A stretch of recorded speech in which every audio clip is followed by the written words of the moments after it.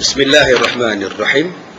Alhamdulillah Rabbil Alamin. Wassalatu wassalamu ala ashrafil anbiya'i wal mursalin wa ala alihi wa sahbihi ajma'in. Terima kasih Ustaz Zuhair.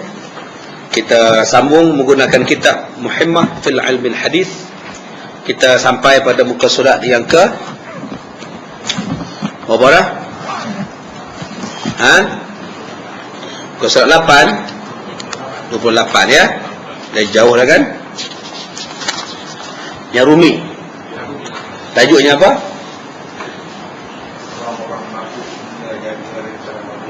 Orang-orang mabuk yang mula-mula jaga daripada mabuknya.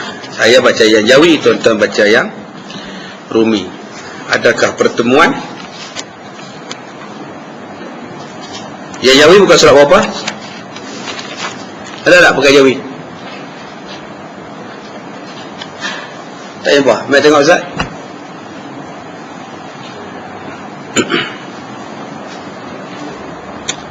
Mana?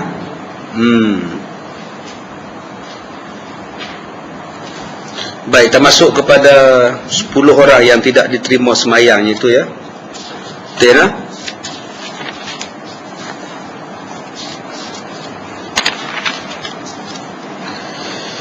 Baiklah.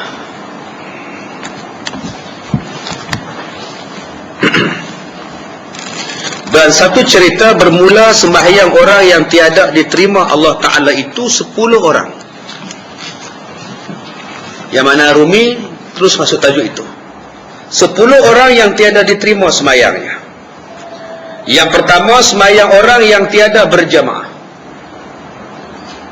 yang mendengar suara azan tapi tak datang sembahyang berjemaah. Tuan-tuan kena faham ya, yang kata suara azan ni bukan hak atas ni.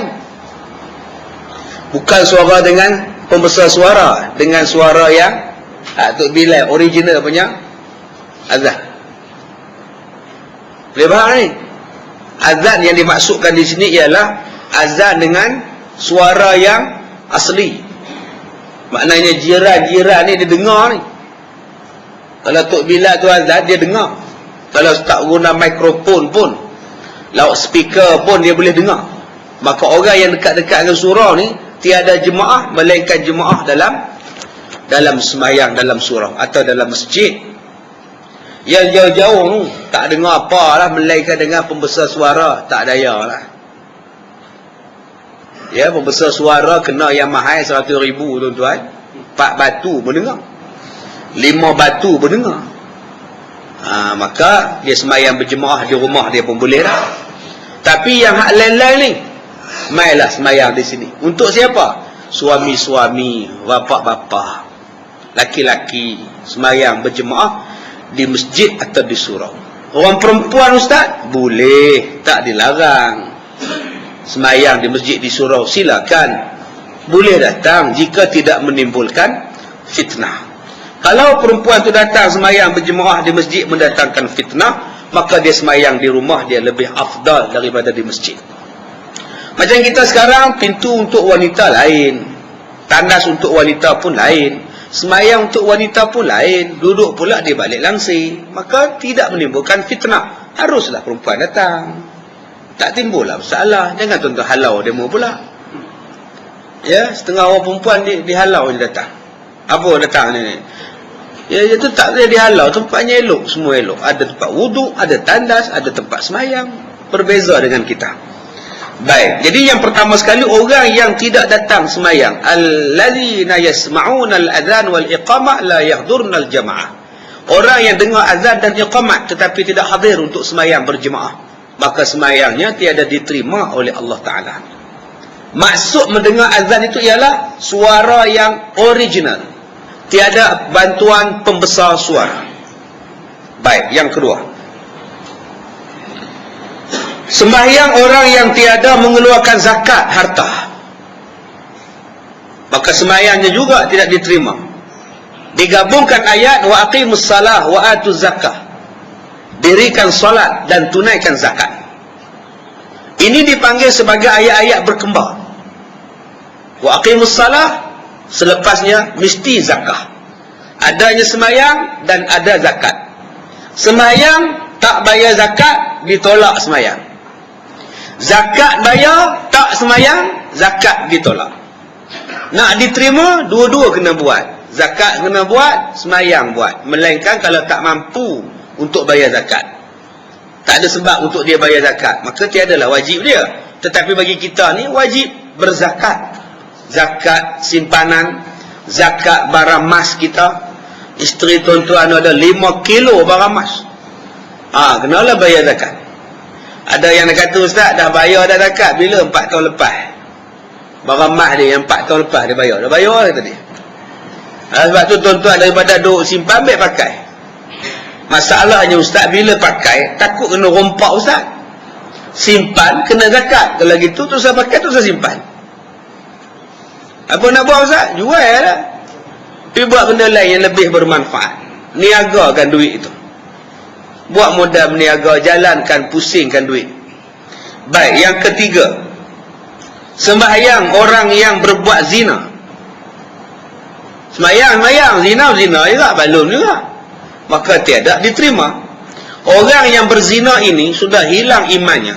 Macam mana orang yang pakai baju menanggalkan pakaian. Kita sekarang ni cantik sebab ada baju. Lawanya kita ni pasal ada baju. Cuba buka baju tu, panau, kurak, bekas kudi, semuanya ada. Cantiknya kita ni pasal baju. Begitulah cantiknya manusia kerana iman. Pakaian dia ialah iman. Kalau dia sudah buang pakaian iman, mana cantik lagi iman? Begitulah orang bertelanjang. Tidak cantik lagi dia, kerana tidak berpakaian dengan pakaian yang baik. Maka orang yang bertelanjang imannya, salah satu puncanya ialah kerana berzina. Akibat daripada perbuatan dia itu, solatnya tidak diterima. Yang keempat, sembahyang orang yang memakan riba. Dosa orang makan riba ni macam dosa bunuh Nabi. Dosa orang makan riba ni macam dosa bunuh Nabi. Bunuh orang pun dah dosa, bunuh Nabi berganda-ganda lah dosa dah. Tuan-tuan beli kereta pinjaman Islam, Islamic loan. Tetapi bila datang insurans, konvensional loan, konvensional insurans, tak boleh lah. Bila dah pinjam bank kereta secara Islam, buatlah insurans pun secara Islam. Jangan terlibat dengan unsur riba. Satu benda riba tu kena seksa dalam neraka berapa puluh tahun. Akibat daripada makan riba sekupang, 2 kupang. Jadi yang riba-riba ni kita tolak buang. Pastikan yang halal sahaja. Yang kelima, sembahyang orang yang menyamun, pencuri. Kerja mencuri, tapi sembahyang tiada diterima. Apa makna tiada diterima Ustaz? Tiada diterima selagi mana tak bertaubat. Sah. Tuan-tuan penyamun jadi imam, tuan-tuan makmum. Dia penyamun, tapi dia imam. Habis sembahyang nyembang untuk imam. Untuk imam, orang imam surau ini ke? Tidak, saya datang nak menyamun. Tu kenapa tu imam jadi imam? Tak ada imam, saya imam lah. Imam tak datang, jadi saya lah jadi imam. Kejap, dia kamu ikut buat apa? Saya datang nak mencuri, saya pekerjaan saya pencuri. Hukumnya sah sembahyang, cuma tak ada pahala. Siapa yang tak ada pahala? Yang menjadi imam tu lah, yang penyamun. Atau macam saya ni Ustaz, sah dah Ustaz? Sah. Sembahyang saya diterima tak? Diterimalah sebab kamu bukan penyamun. Yang penyamun tarbusnya dialah tak diterima. Habis tu macam mana dia nak diterima sembahyangnya Ustaz? Hendaklah dia bertaubat dan memulangkan balik, mengembalikan balik kecuriannya. Apa yang dia curi, pulangkan balik, barulah Allah terima sembahyangnya. Sekarang sembahyang 10 orang ni tergantung. Bila masa diterima balik? Bila taubat baru diterima. Kalau tidak, tak ada pahala. Akan sampai pahala bila bertaubat. Yang kelima, yang keenam, sembahyang orang yang memakan yang haram. Setitik arak 40 hari Allah tak terima sembahyang. Setitik, sebotol Satu tin beribu-ribu titik didarabkan dengan 40 hari. Selagi mana tak bertaubat. Yang ketujuh, sembahyang orang yang memakan dan meminum yang haram. Yang haram ada dua. Haram mutlak, babi. Haram mutlak. Rimau, katak, biawak, haram mutlak. Yang keduanya, haram kerana bukan izin, bukan hak. Buah rambutan tu halal, tapi kerana ambil tanpa izin, haram dimakan. Buah durian tu halal, tapi jumpa tengah jalan, haram dimakan. Duit tu halal, tapi mencuri, haramlah dia. Asalnya halal, tapi cara dapat tak betul, bertukar menjadi haram. Saya sebut dah semalam, ikan tu halal, tapi jumpa lori ikan terbalik, dia curi ikan, maka haramlah ikan. Macam dia Teluk Intan, lori susu tin, apa nama, tin susu ni, yang susu dalam tin ni, susu tepung ni, terbalik, habis orang kampung mengambil.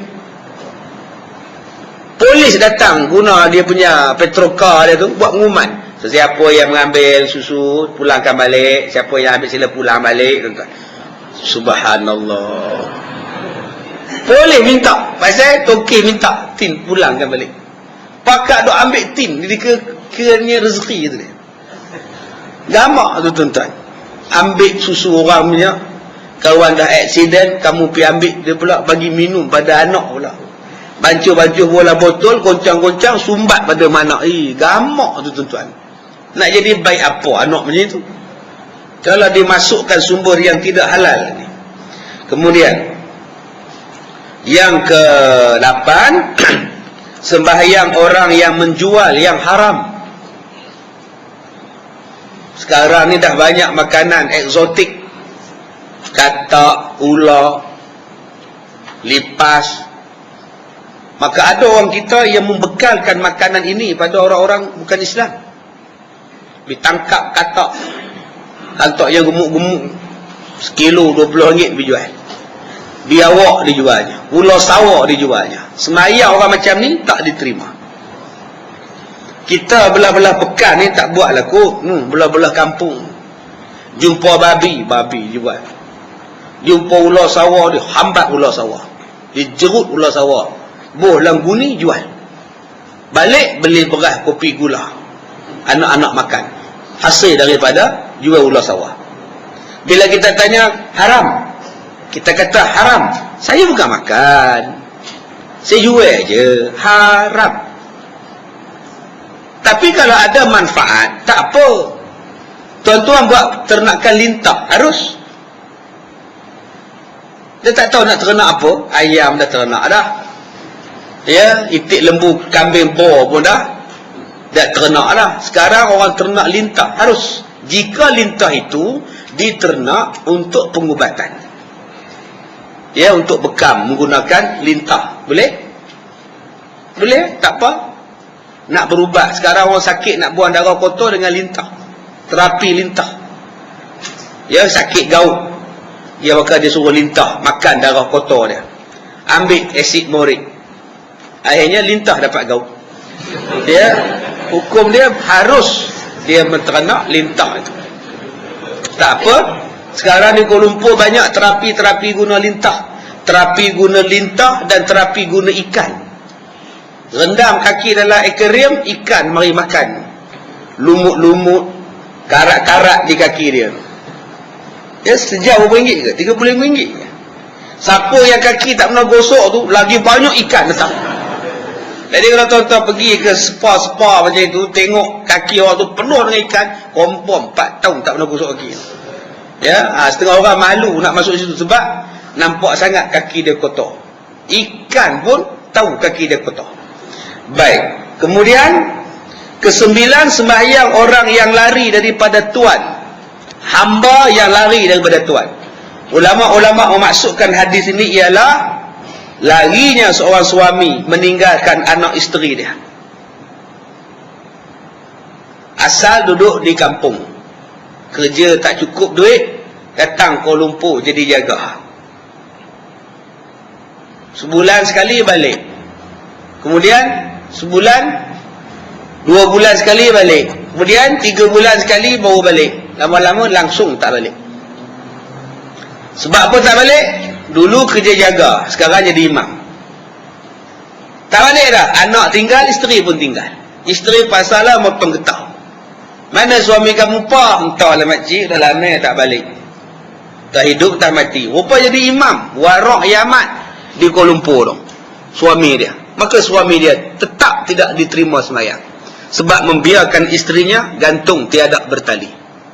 Fa imsakum bi ma'ruf atau tasrihum bi ma'ruf. Kalau dah beristeri, pegang isteri elok-elok.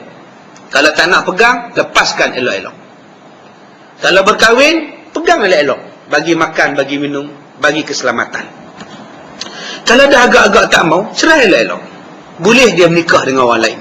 Jangan seksa hidup dia.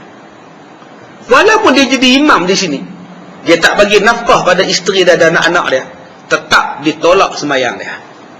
Yang terakhir, yang ke-10, sembahyang perempuan yang masam mukanya. Ceh, apa benda tu? Apa benda? Astaghfirullahalazim, latah saya apa? Ya, dah dekat 60 dah, latah lah tu. Baik, yang ke-10, sembahyang perempuan yang masam mukanya, atau derhaka, atau bercakap dengan marah kepada suaminya. Last sekali baru untuk orang perempuan yang masam muka, yang cakap kasar, yang lawan suami. Mayang macam mana pun Allah reject mayang dia. Masam muka, dia macam rajin lah masam muka. Letih semayang. Kira orang tua tu menyampah aku, baik aku semayang. Dalam keadaan dia marah kat laki dia, ditolak semayang. Ya, banyak ni tuan-tuan. 10 jenis manusia yang Allah tolak semayang. Jadi tahan-tahanlah, janganlah masam muka. Kadang-kadang sikit punya sebab pun masam muka. Sikit. Ajak pergi Giant, suami tak mau pergi. Bila suami kata malas lah, jalan jam lah, nak parking pun susah. Pergi dekat-dekat ni udah lah, kata suami dia. Awak tu memang, kalau kita ajak, haram ikut. Kalau kawan dia ajak, Ustaz Kazim ke mana mengikut? Nyampak. Saya juga kena. Tak ada kena-mengena dengan saya pun. Apa Giant datang ke saya pula? Alah, dia pun masa muka kat lelaki dia, menyampah lawa ni. Pun sembahyang suruh Allahu Akbar. Allah tak terima sembahyang selagi mana duk masam kat suami. Senang aja tuan-tuan, tak ada benda nak masak, tu sah masak. Abang, bawang dah habis. Masak tu siapa suka guna bawang. Abang, minyak masak dah habis, pergilah beli. Tak beli juga, tu sah masak guna minyak. Rebus saja, dah lah. Abang, santan tak ada lah bang, belilah santan. Suami tak gerak juga, buat gulai, tak payah santan. Bila suami kata tak sedap, awak tak beli santan. Lah, senang jadi orang perempuan ni. Tanggungjawab membeli suami. Tanggungjawab tu ialah suami. Sekarang suami yang tunggu dalam kereta, isteri lah bersusah payah naik market, turun market. Alasan suami, parking tak ada. Abang tunggulah kereta, parking tak ada ni, Kang Saman kan. Dia relax, buka Klasik Nasional, relax. Gedi tangan dia atas.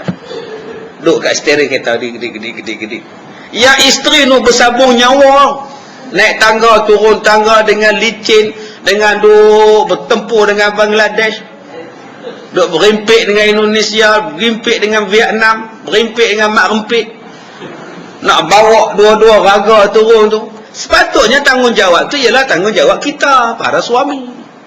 Ayang duduk diam-diam dalam kereta, biar abang yang pergi beli. Tuliskan apa nak beli. Itu dah sepatutnya.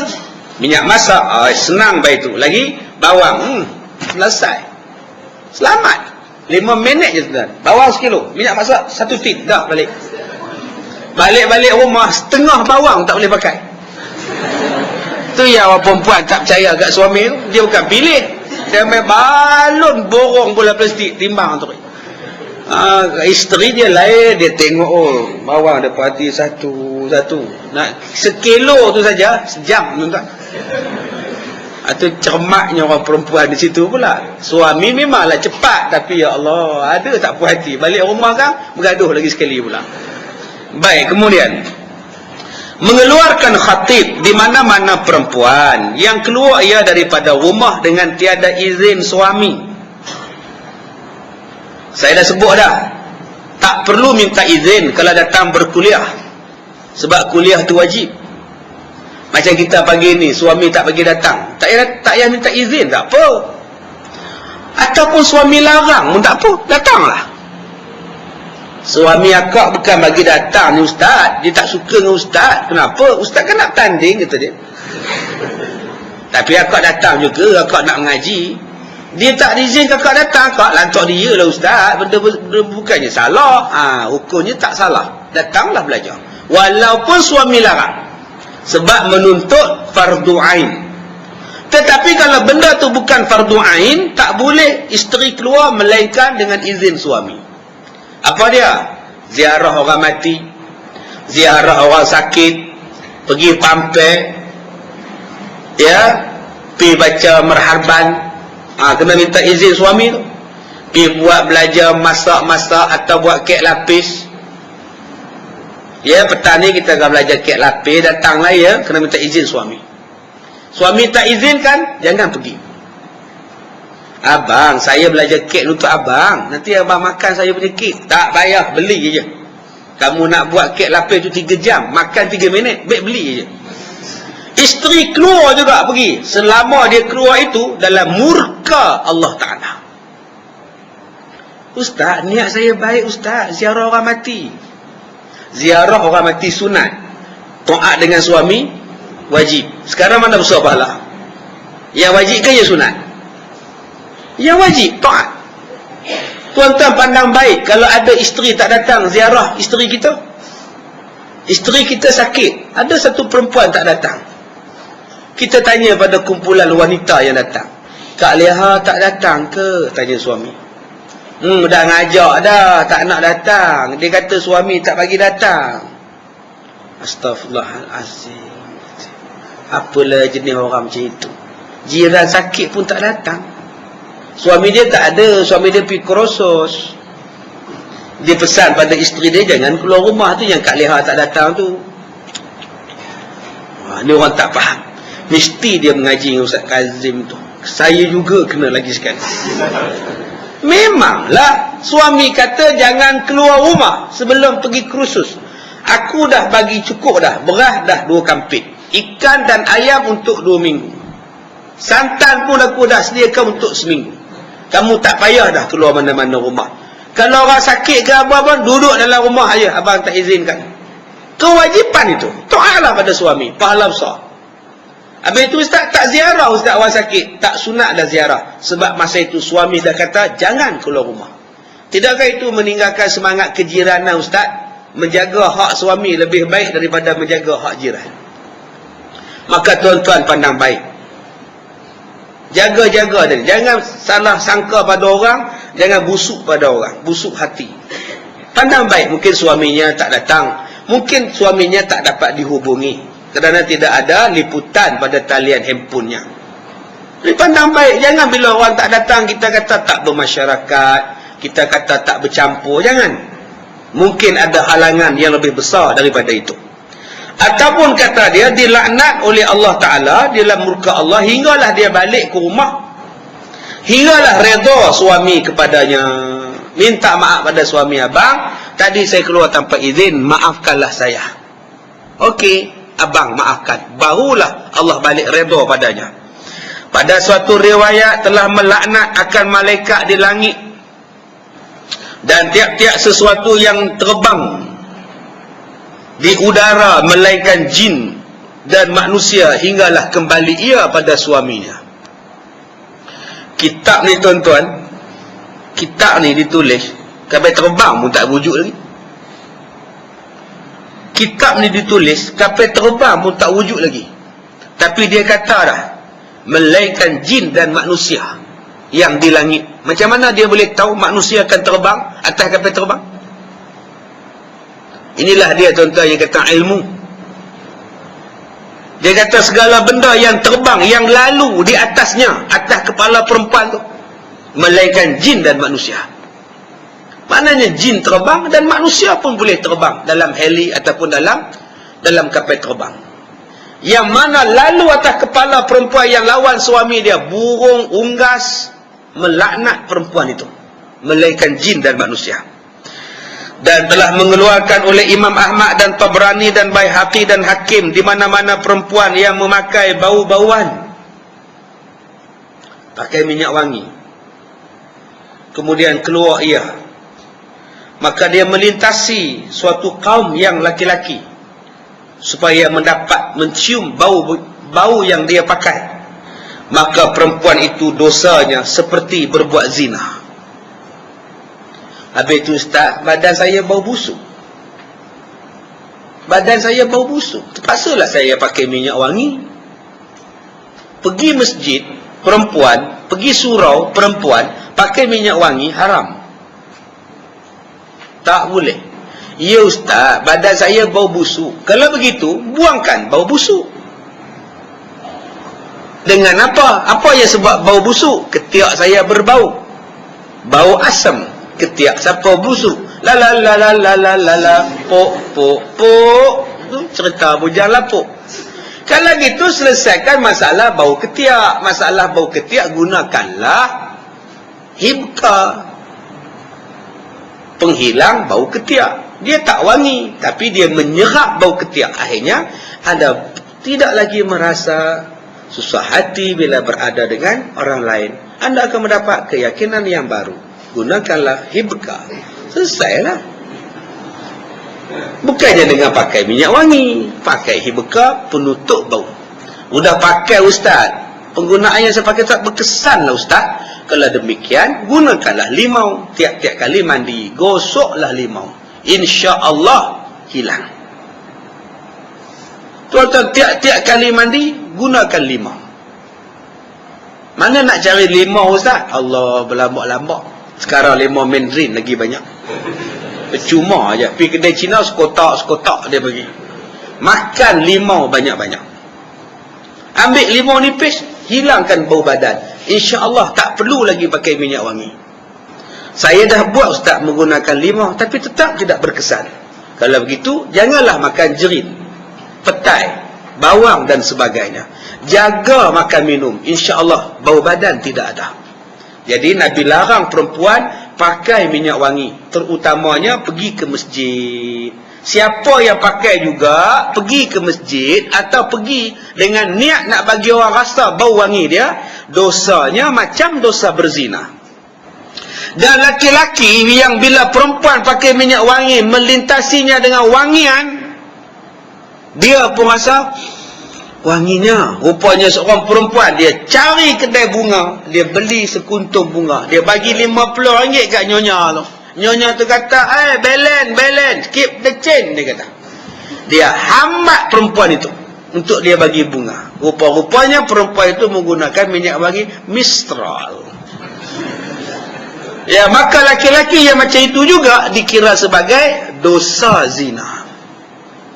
Perempuan itu dapat dosa zina, laki-laki itu pun dapat dosa zina. Dijaga-jagalah. Kaum perempuan nak pergi masjid ke manakah, minyak wangi jangan berlebih-lebih sangat. Ini dalam beg tangan tu minyak wangi. Nak keluar kereta minyak wangi.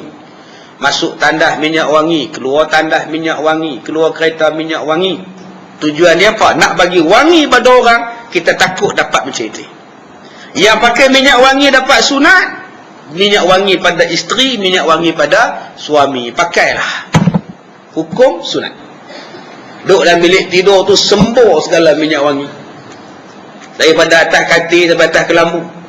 Pakailah. Daripada hujung rambut sampai hujung kaki. Sunat. Penin suami tu. Apa jenis hang ni? Banyak sangat minyak wangi. Tapi yang kita tak sembur dengan minyak wangi, kita sembur dengan reset. Penin nama Allah tu pula. Yang disuruh sembur minyak wangi, dia sembur reset. Ya, habis orang tua tu cukup 4 tahun kanser tu. Baik, kemudian.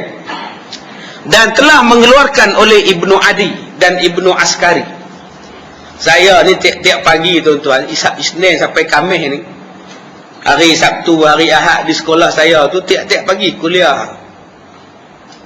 Dalam 120 orang, 150 tiap-tiap pagi lah. Kuliah pondok kan, belajar pondok. Cuma pondok kami tak adalah duduk macam tuan-tuan ni, semua kerusi, meja semua. Ya, hari Jumaat je cuti. Hari ni ada kuliah, besok ada kuliah. Yang ngaji semua veteran-veteran, pesara-pesara semua pondok tutup. Ya, semua punya angin tuan-tuan. Masuk je bau bam, ini pun bau bam, sana pun bam rimau, bam pala, macam-macam bam tuan-tuan. Tak apalah juga, tak ada minyak wangi. Ya, saya kata tuan-tuan, saya ni mengajar kelas muda-muda wangi. Mai kelas tuan-tuan ni minyak angin semua tak. Hak kawan ni sakit lutut, tak kawan ni darah tinggi naik, kawan ni sakit kepala. Sambil duduk ngaji duk sapu bam. Inilah dia orang tua-tua mengaji tuan-tuan. Saya ni tak bawa bam, saya dah keluarkan bam yang saya buat, bam pala dan bam serai. Siap ada gambar saya lagi. Dia kalau tuan-tuan jumpa di kedai tu, betul tu. Ya, ada gambar saya. Ya, siap dengan begini lagi, bam pala. Siap Kazim. Aduh, macam-macam ya. Tak lama nanti kopi pun keluar. Ada juga gambar saya. Saya bagi kebenaran pada satu syarikat kopi dan kopi herba di Kedah, Sungai Petani, memasarkan kopi menggunakan produk jenama saya, ya, Al-Birqah Al-Kazim. Baik, kemudian dan telah mengeluarkan tadi, dia kata perempuan itu bagi suaminya tiada aku lihat daripada akan engkau kebajikan sekali-kali. Mana-mana perempuan yang kata dekat suami dia, abang tu memang selama ni pun bukan abang yang jaga saya pun, tak pernahnya abang buat baik kat saya. Siapa-siapa perempuan yang cakap macam tu pada suaminya, batallah segala amalan perempuan itu. Macam yang saya kata tadi, hanya nak pergi Giant, suami tak mau bawa. Dah lah Giant apa, aku nak tidur, aku letih. Dia marah. Awak tu memang kalau orang ajak tu mana pun tak nak, selama ni memang awak tak nak buat baik dengan kita pun. Batal amalan perempuan itu. Sekali ajak pergi tak nak pergi, disebut semuanya tak pernah buat baik. Habis tu makan minum kamu selama ni, pakaian kamu selama ni macam mana, nafkah kamu macam mana. Dengan sebab sekali ajak pergi Tesco pun kamu tak mau marah pada aku lah. Dah tuan-tuan. Sebab tu kita ni hidup berumah tangga, benda yang tak elok, benda yang tak baik, jangan ingat, jangan ungkit. Tolonglah ingat, tolonglah ungkit benda yang baik. Kadang-kadang suami ni, ya Allah, ajak isteri tak mau buat, tak mau tidur, sekali tu dia ungkit habis-habis. Jangan ingat yang sekali tu, ingat yang selama ini 20 tahun dia jaga kita. Baru sekali isteri tu tak masak nasi sebab gas habis. Tunggu lori gas tak datang-datang. Selalu bila gas ada, dia datang je. Gas. Hari tu datang pula lori pick up gas. Tak masak, lambat sikit. Kerana lambat sekali, 30 tahun dia lupa. Cuba sebelum tuan-tuan marah pada rumah isteri kita, orang rumah kita, cuba kita ingat, baru 2 kali dia lambat masak. Selama ni elok je dia masak. Buat apa aku nak kisah yang 2 kali? Akhirnya tuan-tuan takkan marah. Kenapa tak masak ya? Gas tak ada abang. Atau kenapa tak beli? Nak beli dengan apa? Takkan saya nak fikir tong gas ni. Kereta tak ada, motor rosak. Atau kamu tak telefon, nombor telefon gas, kedainya tutup raya Cina. Atau lori gas tak datang? Tak datang pun. Waktu kita cari tak datang, waktu kita tak cari datang pula. Atau belumlah masak lagi. Belumlah, baru goreng je. Setengah itu pun separuh masak baru telur. Tak apalah ya, jom kita makan di luar. Kan baik. Alhamdulillah. Kalau lah tiap-tiap hari gas habis makan, seronok gitu. Jadi bawa lah berjalan. Yang tuan-tuan nak marah tu pasal apa? Dah tahulah gas tak ada, buatlah prepare. Goncang lah dulu tong gas tu. Mana nak goncang je? Tak payah marah-marah. Bila berlaku satu-satu, tolong ingat. Dia tak striker baju kita. Lepas dia setrika baju kita, line ni dapat 3 ke 4 line. Kamu iron ke tak iron baju aku ni? Iron ni tak nampak orang gosok tu. Kalau gosok kenapa sampai 3 line? 3 line lah bagus bang, pakai dah kata dia. Ya Allah, dia bawa 3 line, lantak lah tuan-tuan. Janji aku boleh pakai baju. Apa nak malu 3 line, 2 line, 1 line? Dia setrika tu pun, terima kasih ya, cantik ya setrika, cantik sangat. Selalu 1 line lah, ya 3 line, baguslah. Cuba puji dia. Kalau saya suruh isteri saya setrika baju, tuan-tuan, kalau baju saya tu baju jenis Raihan, saya suruh setrika habislah. Kalau baju tu kemeja, saya tak suruh dia setrika bahagian bawah. Sebab baju tu nanti akan masuk dalam seluar, masuk dalam, jadi tak nampak juga. Yang setrika tu biarlah kedut. Setrika daripada pusat ke atas saja saya cakap. Sebab bahagian bawah nanti masuk dalam seluar, tak nampak. Nampak? Kalau saya pakai baju Hairan, baju Raihan, seluarnya pula bahagian punggung ke pinggang, saya tak suruh dia setrika. Sebab nanti dia akan duduk di bawah baju Hairan saya. Nampak? Kan senang hidup isteri saya. Jubah pula saya tak suruh dia setrika bahagian belakang. Sebab nanti bila saya duduk atas kerusi, dia kedut juga. Jadi setrika bahagian depan saja. Kan senang hidup tuan-tuan. Aduh, so boleh faham tak? Saya kata kat isteri saya, buat apa setrika teruk-teruk baju awak tu, nanti kedut juga. Oh, dia kata kalau baju awak saya setrika, baju saya awak tak pergi setrika pula. Yelah, kan kedut juga, tak usah setrika lah. Isteri saya jawab, kalau begitu tak usah basuh lah, nanti kotor juga, kata dia. Ya. Ini hidup cara orang senang. Buat apa nak setrika? Setrika kan kedut. Kalau gitu, tak salah. Basuh kan kotor juga, kata dia. Pakailah, tak payah basuh-basuh. Baik, kemudian. Dan kata dia, adalah perempuan yang tiada takut kepada Allah Ta'ala itu, biasanya jatuhlah perkataan yang demikian. Ghalib tu maknanya biasalah. Mudahlah akan sebut benda tu. Awak tu memang tak pernah jaga saya. Awak tu memang tak ambil kisah dengan saya. Selama ni pun saya je buat baik dengan awak. Dia padam segala jasa pasangan hidup dia. Batallah amalan dia. Hanya kerana satu permintaan yang tidak dipenuhi oleh pasangan hidupnya. Baik, dia kata mana orang yang tak takut pada Allah, perkataan macam tu senang sangat keluar. Tambah suami ni nak mengorak, nak menagih kasih perempuan lain. Dia ukit. Yang perempuan lagi seorang tu pun gatal juga. Kenapa awak suka dengan kita? Kan awak dah ada isteri. Kenapa awak mengorak kita? Apa jawab suami tu?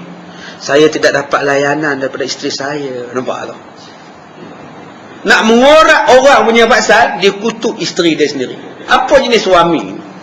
Cuba kamu sendiri jawab. Memang saya gatal pun. Cuba cakap macam itu. Ini nak meraih cinta orang lain tu, kadang-kadang dia condemn isteri dia. Makan minum saya tak dijaga, layanan atas katil saya pun basi, layu, lasu. Saya perlukan kehangatan ni, ya Allah. Dan isteri kamu tak sihat, tak sihat. Dia layan cara tak sihat lah. Janganlah condemn orang lain untuk meraih cinta orang lain. Kadang-kadang kita ni condemnkan orang lain untuk dapatkan sesuatu yang kita nak. Ini tak gentleman.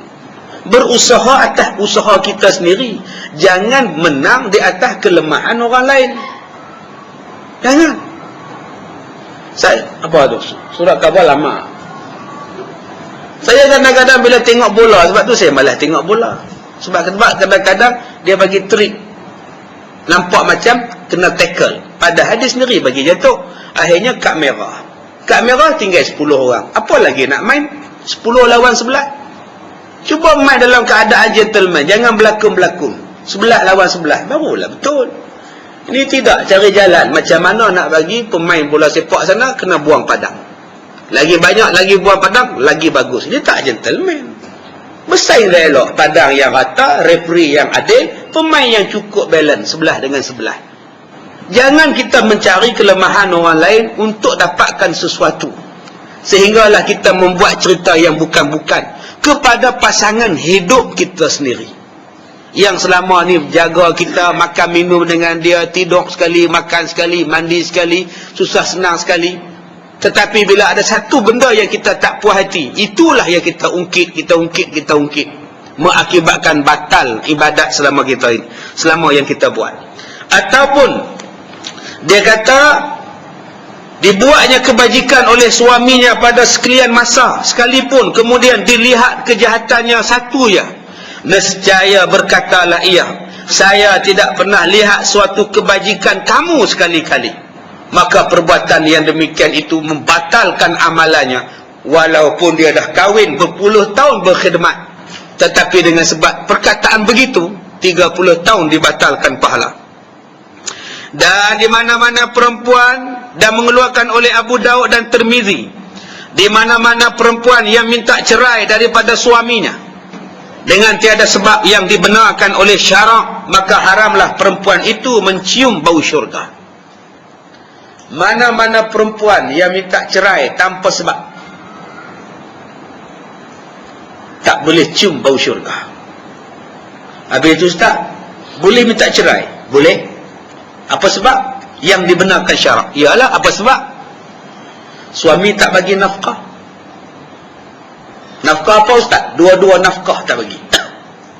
Nafkah batin tak bagi, nafkah zuhir tak bagi. Berapa lama Ustaz yang kata boleh dia tak bagi itu Ustaz? Tengok dalam iddah itu, berapa lama? 3 bulan Ustaz. 3 bulan pilah rujuk jabat qadi. Suami saya dah 3 bulan tak balik, nafkah tak bagi, telefon tidak, apa pun tidak. Apalah minta cerai. Kalau macam ni Tuan Qadi, saya nak sahkan taklik saya ni. Boleh awak buktikan suami awak tidak balik? Boleh. Mak bapak saya boleh buktikan sebagai saksi. Selain daripada mak bapak awak, boleh tak orang lain? Mak bapak awak ni memanglah mesti masuk belah awak. Oh, saya akan panggil rakan seopis saya dan jiran saya. Silakan buat. Kami mengesahkan bahawa suami dia memang tak balik dah 2 tahun. Kami pula yang sediakan makan minum pada dia. Maka dia berhak minta cerai. Sebab dalam belakang sijil nikah dia 3 bulan. Clear? Kalau dia kata okey, 3 bulan kita sahkan, lepas edah ni awak datang balik jumpa saya. Kenapa Tuan Qadi? Saya pun bujang juga, kata dia. Itu pun Qadi satu hair juga. Itu syarat yang pertama. Boleh minta cerai sebab suami tak balik, tak bagi nafkah. Yang kedua, suami balik, ada kedang terkatil tu Ustaz, tidur makan minum semuanya terkatil tu Ustaz. Sakit ke dia? Tak ada Ustaz, kerja tidur aja Ustaz. Malah yamat. Saya lah yang kerja panjat pokok petai Ustaz, nak jual petai. Saya lah yang panjat pokok kelapa Ustaz, dia punya malah Ustaz. Dah berapa lama dia macam tu akak? Ya Allah Ustaz, daripada anak pertama Ustaz, akak dah tak tahan dah, akak nak minta cerai. Berhak dia minta cerai walaupun suami ada dalam rumah, sebab suami tak mampu bagi nafkah. Boleh? Ataupun sebab yang ketiga, suami tak sentuh dia. Suami langsung tak sentuh. Tak sentuh apa Ustaz? Tak sentuh lah, tak faham lah. Saya ni Ustaz, dah 4 tahun suami tak sentuh. Saya ni macam tak ada suami Ustaz. Suami sebelah saya tak pegang apa saya Ustaz. Sedangkan saya masih muda. Saya perlukan belayan laki-laki, suami saya. Pergilah minta cerai. Suami awak sakit ke? Sakit. Oh, iya ke? Tak berubat? Tak mahu Ustaz. Macam bucu kain Ustaz.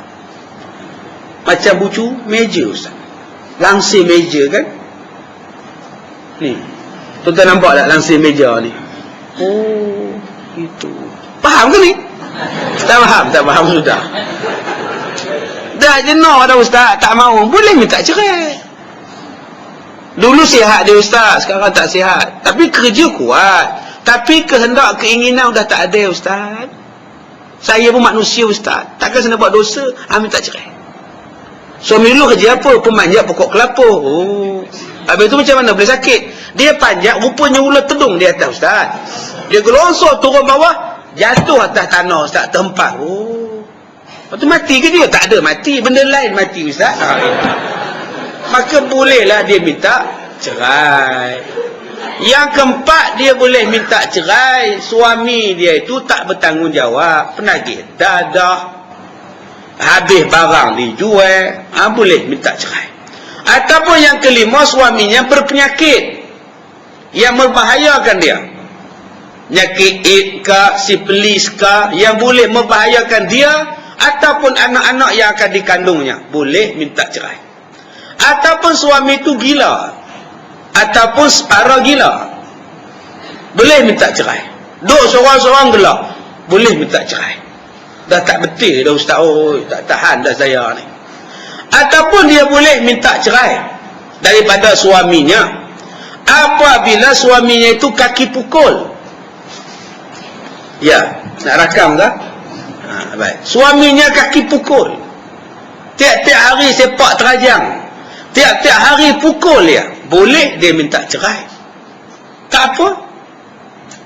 Ataupun yang ke-8, dia boleh minta cerai bila suaminya menghalang dia beribadat. Yang ke-9, dia boleh minta cerai daripada suaminya bila suaminya menyuruh dia berbuat maksiat, boleh minta cerai. Inilah sebab-sebab yang dibenarkan oleh syarak pada seorang perempuan untuk minta cerai. Tetapi tidak boleh perempuan itu minta cerai kalau suami menikah lain. Sebab menikah lagi seorang itu dibenarkan syarak. Dengar cerita abang dah kahwin lagi seorang ya? Sampai hati abang. Apa kurang saya? Oh sudah. Belah lah. Pelakon air mata yang main lah. Sekarang abang pilih, saya atau dia? Saya tak suka bermadu tau. Dia tak, ya perempuan dah kahwin. Dia tak suka. Ceraikan saya. Hukum haram. Yang jenis ni lah yang tak boleh cium bau syurga. Tak boleh lah. Saya tak kira ustaz, tak cium pun tak apalah, lantok je lah kata dia. Subhanallah tuan-tuan. Tak cium bau syurga pun tak apalah, janji tak ada madu. Subhanallah. Dah kahwin dah ya, sabarlah. Sabarnya banyak. Saya tak puas hati abang tahu. Abang nampak tak gunting tu bang? Laki lari ikut tingkap dah tuan-tuan, tak lari ikut pintu dah, lompat ikut tingkap. Jadi janganlah macam itu.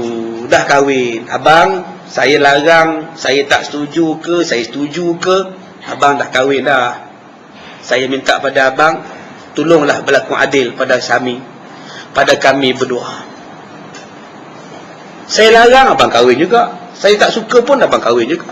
Sekarang abang dah kahwin, abang dah memikul tanggungjawab yang besar. Maka tolonglah berlaku adil. Cuba cakap macam itu. Kalau abang tak adil pada saya akan dakwa abang di hari kiamat. Ingat abang, saya takkan lepaskan abang. Kecut perut tuan-tuan. Cuba cakap macam itu. Janganlah pergi jumpa bomo, ambil pedang samurai, hambak laki. Laki lari pergi ke masjid, nyorok balik tiang. Malu korang aja. Yang kedua, tak boleh minta cerai kalau tak ngam dengan mak. Tak ngam dengan mak mertua. Saya tak suka dengan mak abang, tak suka dengan ayah abang. Abang okey, yang KO-nya mak abang, ceraikan saya. Yang tu tak boleh minta cerai kerana tak bersetuju dengan mak bapak suami. Mak bapak suami lantaknya lah, janji suami tu okey. Tak boleh minta cerai jika suami itu tidak segah. Dulu kenapa kahwin?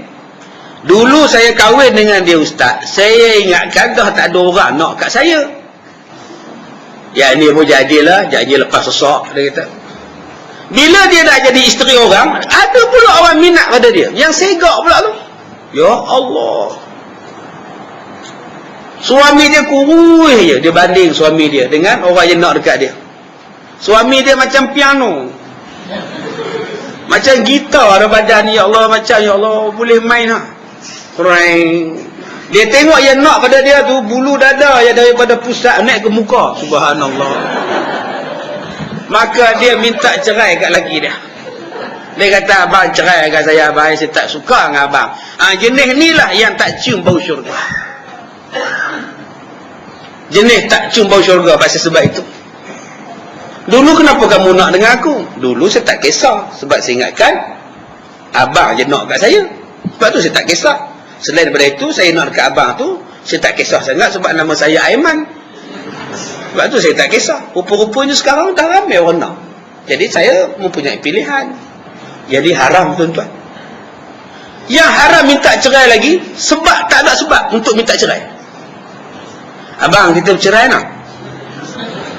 Apa salah abang? Tak ada apa salah abang. Apa kurang kamu? Tak ada apa juga. Habis tu kenapa bercerai?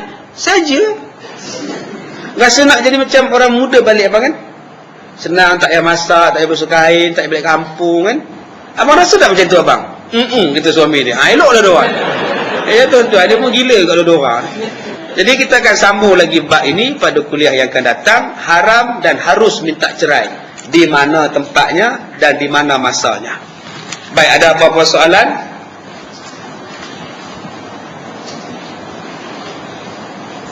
Ya.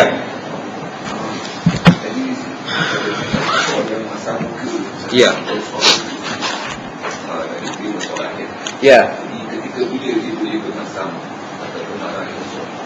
Masa bila dia boleh masam muka dengan suami dia? Tak tahu. Ya, kalau ikutkan tak boleh masam muka. Rasulullah pun kalau dia tak suka, dia marah isteri dia, Nabi cuma diam. Nabi tak tarik muka masam. Pernah Rasulullah marah pada isteri dia, Rasulullah keluar di rumah, Rasulullah duduk di masjid. Tak balik Nabi di rumah. Jadi isteri Nabi tahu Nabi Muhammad marah pada mereka. Tapi Nabi Muhammad tidak menyakitkan hati mereka. Ini sifat Rasulullah. Jadi kita tirulah. Kalau kita tak puas hati pada suami kita, tak puas hati pada isteri kita, cakap elok-elok. Ini bila tegur tak cakap. Bila kita tanya apa masalah, diam. Bila kita cakap, tengking. Dia bukan menambah baikkan, dia akan menambahkan keruh rumah tangga. Jadi kalau tuan-tuan tak puas hati dengan suami, cakap elok-elok. Layan dia makan, letak sekali dengan dia, duduk sekali dengan dia. Habis dia makan, abang saya nak cakap sikit je. Abang jangan marah saya ya. Saya nak tegur sikit je. Cakap elok-elok. Begitu juga suami pun. Ya, apa yang ia buat semua abang sokong. Apa yang ia buat semua abang suka. Satu benda yang abang tak suka, cakap elok-elok. Tak payah tarik-tarik muka masam. Kita dah tua-tua lah nak merajuk pasal apa. Tetapi ada masanya dia masam muka tu bukan benci. Masam muka tu merajuk. Itu menghendaki suami pujuk. Kadang-kadang orang perempuan ni terpaksa buat-buat merajuk. Bukan muka masam saja, buat-buat merajuk lah. Untuk suami tu tarik suami balik. Tu kena tuan-tuan kena faham. Ya, makan ya, tak nak makan lah. Itu merajuk. Ya, mailah makan. Tak nak lah, orang tu dah kenyang. Dah lah, makan lah. Itu mukanya masam tu merajuk. Dia suruh pujuk. Kenapa mak kamu tu? Tanya pada anak. Itu fungsi anak. Tak tahu ayah mak marah kat ayah kot. Ayah tak nak pergi dia. Pergi makan kenduri siang tadi. Ayah kan tak nak pergi. Ayah nak bawa mama kamu pergi makan KFC. Tapi mama kamu masa-masa muka orang ajak pun tak nak. Kenapa? Dia jaga agak mak. Pergilah anak tu. Mak, ayah ajak pergi KFC. Kenapa mama tak nak pergi? Siapa kata tak nak pergi? Maknanya okey lah tu. Itu sajalah orang perempuan. Itulah nama dia. Kerak nasi, lembut, pandai-pandailah pujuk. Tuan-tuan akan belajar nanti. Di antara ciri-ciri suami yang baik, ada 10 ciri suami yang baik. Bila masuk bab suami, dalam 10 ciri yang baik itu, salah satunya itu ialah pandai memujuk dan pandai menyelami perasaan isteri. Tuan-tuan nanti bila sampai bab suami ni, kena belajar bab itu. Pandai memujuk dan pandai menyelami perasaan seorang isteri. Jangan tuan-tuan tak reti pujuk. Mana mak kamu? Dia tak nak makan? Tak nak. Lah, tak nak makan sudah. Mampir dah tu. Memanglah tuan-tuan. Ini bukan suami yang baik. Suami yang baik dia ada perasaan. Jiwa sebagai seorang suami. Macam mana jiwa seorang isteri. Dia susah, payah dan sebagainya. Dia kena belajar lah. Ciri-ciri suami yang baik. Saya awal-awal mukaddimah dulu saya sebut pada tuan-tuan. Kitab ni kalau tuan-tuan baca mula-mula kahwin atau sebelum kahwin, rumah tangga bahagia insya-Allah. Yang pakar-pakar motivasi parenting pakar ni tuan-tuan, yang duk sebut masalah kekeluargaan ni, semua cedok kitab ni. Semua cedok. Cedok kitab ni hurai lebih kurang sikit, masuk TV, keluar TV, bayaran ribu-ribu. Tapi kalau tuan-tuan main kuliah maghrib, berapa ringgit ni? Berapa ringgit ni? Ni RM1.8 saja. Ni yang hak kuliah bayar berapa ringgit? Sumbangan ikhlas. Berapa banyak ilmu tuan-tuan dapat? Tuan-tuan duk panggil tu pakar motivasi kekeluargaan. Berapa ribu cedok aja tuan-tuan. Kalau hak kita baca ni tuan-tuan, huraian dia dengan dalilnya lagi komplit. RM1.80 kitabnya, dan bayaran pula percuma. Letaklah berapa ringgit tabung tenganga. Cubalah tuan-tuan nilaikan sendiri. Daripada manusia yang cedok-cedok, diselang-seli dengan bahasa Inggeris sikit, diselang-seli dengan joking sikit, joke sikit, beribu-ribu tuan-tuan bayar kat dia. Dan kita tak rasa kedekut. Tapi kuliah maghrib yang ustaz bercakap betul daripada kitabnya, betul daripada hadisnya, betul daripada huraiannya, dalil yang komplit. Allahu Akbar. Nak bubur RM5, RM10 pun berat. Tuan-tuan, kita sama-sama fikirkan tentang ilmu. Tuan-tuan belajar aja, baca aja kitab ni. InsyaAllah segala hak suami, tanggungjawab isteri, hak isteri dapat kita laksana dan kita ketahui dengan begitu baik sekali. Baik, cukuplah sekadar itu tuan-tuan. Terima kasih pada jawatan kuasa surau, terima kasih pada Ustaz Zuhir dan petugas-petugas, Tuan Haji Syam dan sebagainya. Dan saya minta maaf jika terkasar bahasa. Kita sudahi dengan surah Al-Asr. Bismillahirrahmanirrahim. Wal-'asr innal insana lafi khusr ila alladhina amanu wa 'amilus solihat wa tawassaw bil haqqi wa tawassaw bis sabr. Bismillahirrahmanirrahim. Alhamdulillahi rabbil alamin, wassalatu wassalamu ala asyrafil anbiya'i wal mursalin wa ala alihi wa sahbihi ajma'in. Allahumma inna nas'aluka salamatan fid din wa afiyatan fil jasad wa barakatan fil rizq wa ziyadatan fil 'ilm wa taubatan qabla al maut wa rahmatan 'inda al maut wa maghfiratan ba'da al maut. Allahumma hawin 'alaina fi sakaratil maut wan najata minan nar wal 'afwa 'inda al hisab. Wa sallallahu ala sayyidina Muhammad wa ala alihi wa sahbihi wa barik wa sallim. Walhamdulillahi rabbil alamin. Saya minta maaf jika terkasar bahasa. Assalamualaikum warahmatullahi wabarakatuh.